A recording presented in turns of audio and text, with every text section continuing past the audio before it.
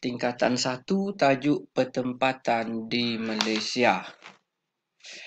Okey, dalam tajuk pertempatan di Malaysia ini, perkara yang pertama sekali yang kita akan lihat ialah jenis-jenis pertempatan di Malaysia. Ada dua jenis pertempatan di Malaysia ini ada dua jenis. Yang pertamanya ialah kita panggil pertempatan bandar, dan yang kedua pertempatan luar bandar.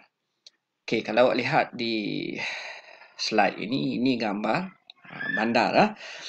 Okey, pertempatan bandar ini kita rujuk kepada kawasan pertempatan yang mempunyai jumlah penduduk yang padat. Okey, di sini maksudnya ialah jumlah penduduk ni dia melebihi 10,000 orang.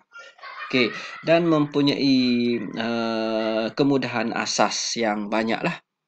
Pelbagai kemudahan asas. Kawasan kediaman ini adalah boleh dikatakan moden lah. Itu di bandar. Manakala di luar bandar pula, ciri pertempatan di luar bandar ini yang pertamanya jumlah penduduknya ialah kurang daripada 10,000 orang. Ni kawasan kampung lah. Okey, kemudahan asas yang ada adalah minimum. Okey, kawasan kediaman sederhana dan berciri tradisional. Okey, itu jenis bandar dan luar bandar. Yang keduanya kita kena lihat apakah pola pertempatan di Malaysia. Ada 4 jenis pola pertempatan. Kalau kita tengok di sini, yang ini ialah pola pertempatan berselerak. Apa maksud pola pertempatan berselerak ini? Ini kedudukan dia. Ini pola dia. Okey, rumah dan bangunan dibina secara berselerak dan berjauhan antara satu sama lain. Dia kelihatan bertaburan dan tidak seragam. Biasanya pola pertempatan ini terdapat di kawasan kampung, kebun kecil, getah, kebun sayur.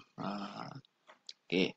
Yang ini pula pola pertempatan berjajar. Maksudnya rumah atau bangunan dibina di sepanjang jalan raya ataupun di sepanjang tepi sungai, di sepanjang tepi pantai yang kelihatan agak tersusun.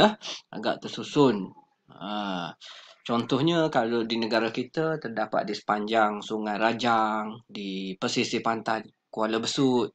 Okey. Yang ketiga ni ialah pola pertempatan berpusat. Pola pertempatan berpusat ini maksudnya rumah atau bangunan dibina secara rapat di sesuatu kawasan yang menjadi tumpuan penduduk. Kalau di sini kita tengok ni macam persimpangan jalan. Di persimpangan jalan atau taman perumahan. Dan yang keempat ialah pola pertempatan berkelompok.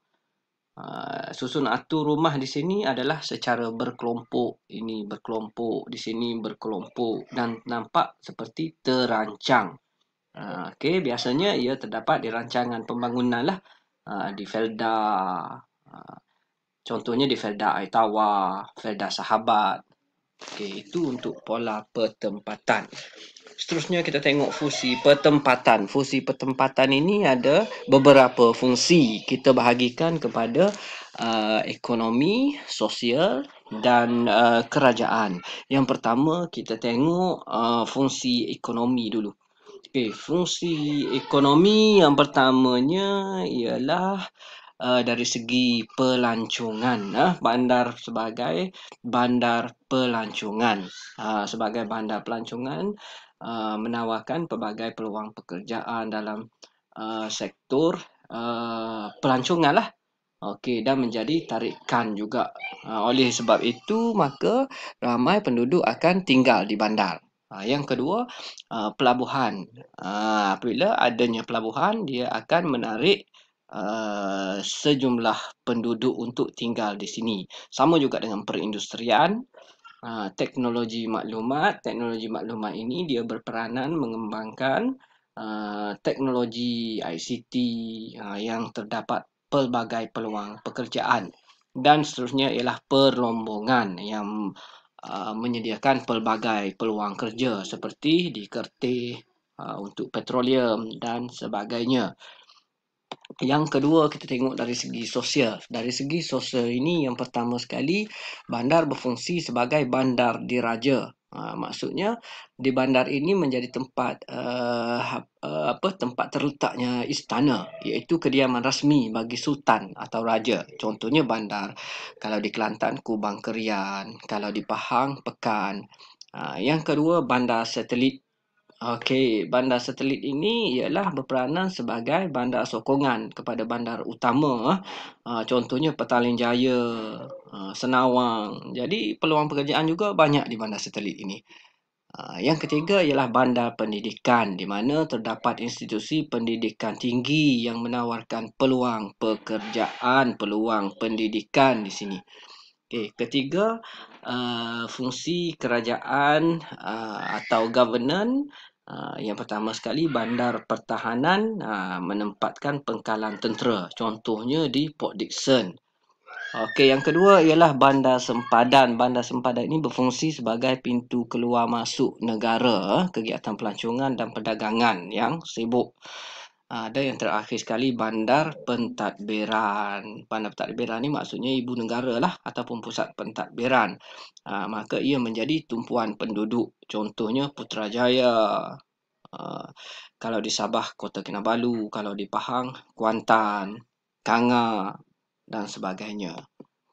Okey, apakah fungsi pertempatan luar bandar? Fungsi pertempatan luar bandar, okey, kalau di sini kita tengok ada tiga fungsi ya. Yang pertama, berfungsi sebagai sumber ekonomi kepada bandar tadi. Seperti yang kita tahu, di kawasan kampung adanya aktiviti pertanian, perikanan, perlombongan dan juga pelancongan. Terdapat banyak di kampung, pelancongan di pantai-pantai, di tasik, di jeram. Okey, yang kedua sosial. Yang pertamanya, kalau sosial ni ialah keagamaan. Di sinilah terdapat banyak masjid. Okey, yang kedua perkhidmatan.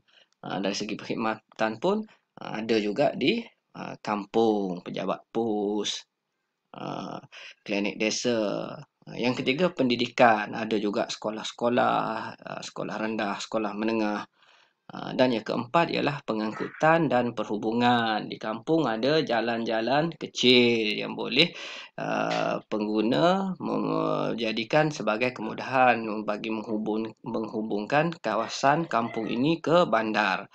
Dan dari segi politiknya ialah sebagai pusat pentadbiran. Pusat pentadbiran bukanlah pusat pentadbiran yang besar. Contohnya Balai Raya berperanan sebagai pusat kegiatan masyarakat ataupun untuk menyampaikan informasi-informasi daripada kerajaan.